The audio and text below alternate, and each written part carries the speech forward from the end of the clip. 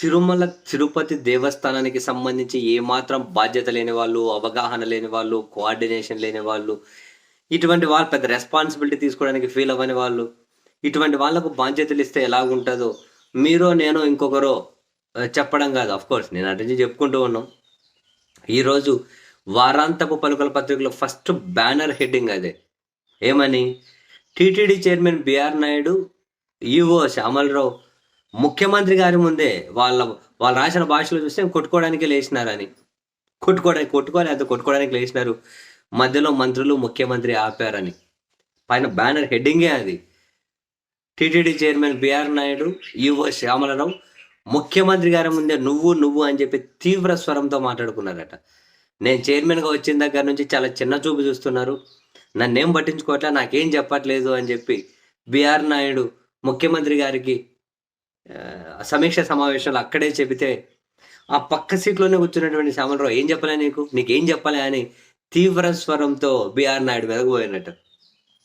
అంతే తీవ్ర స్వరంతో బిఆర్ నాయుడు, నువ్వేం చెప్పినావు, నాకేం చెప్పినావు, ఇప్పుడు రేపు వైకుంఠ ఏకాదశి ఉంది, ఆ ఉత్సవాలు మహోత్సవం లాగా ఫుల్ హడావిడి స్టార్ట్ అయిపోయింది, దీని గురించి నాకు ఒక మాట అయినా చెప్పినావా అని ఆయన, నువ్వు నాకన్నీ చెప్తున్నావా, శ్రీవాణి ట్రస్ట్ రద్దు చేయాలని చెప్పి నువ్వు మీడియా సమావేశం పెట్టి చేసేస్తే మాకు ఎన్ని ఇబ్బందులు ఉంటాయి, మాదేమన్నా సంప్రదింపులు జరుపుతున్నావా, నీ అంతకు నువ్వు ప్రకటించేసినావు కదా అని చెప్పి ఈవో తీవ్రంగా ఒకరికొకరు నువ్వు అని తీవ్ర ఆగ్రహంతో కొట్లాడుకుంటుంటే, మధ్యలో మంత్రి అనగానే సత్యప్రసాద్ ఇన్వాల్వ్ అయిన చెప్పే ప్రయత్నం చేశారట. వాళ్ళు వినలేదట. ముఖ్యమంత్రి ఉన్నారు, పక్కనే టీటీడీ చైర్మన్ సీటు, ఆ పక్కనే ఈఓ సీటు. ఇక లాస్ట్కి సీఎం ఆపండి మీరు, ఇంకా ఏంది ఇది, ఆపండి మీరు అని చెప్పి ఆయన తీవ్ర స్వరంతో మాట్లాడేసరికి వీళ్ళు సైలెంట్ అయ్యారట.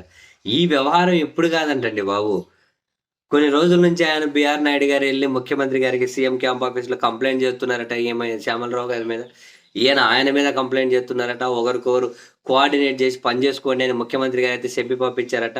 లాస్ట్కు ఇంతమంది బతుకులు తెల్లారిపోయి, వీళ్ళ చేతగానేతనం ఇన్ని బతుకులు తెల్లారిపోయి.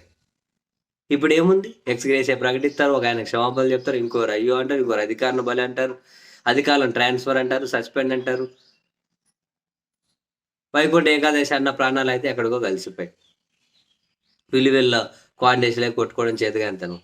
ఇంకా అట్లుంటుంది వ్యవస్థలో ఉన్నోడికి. ఎవరికైనా బాధ్యత ఉండాలి, రెస్పాన్సిబిలిటీగా పనిచేయాలి ఎవడైనా.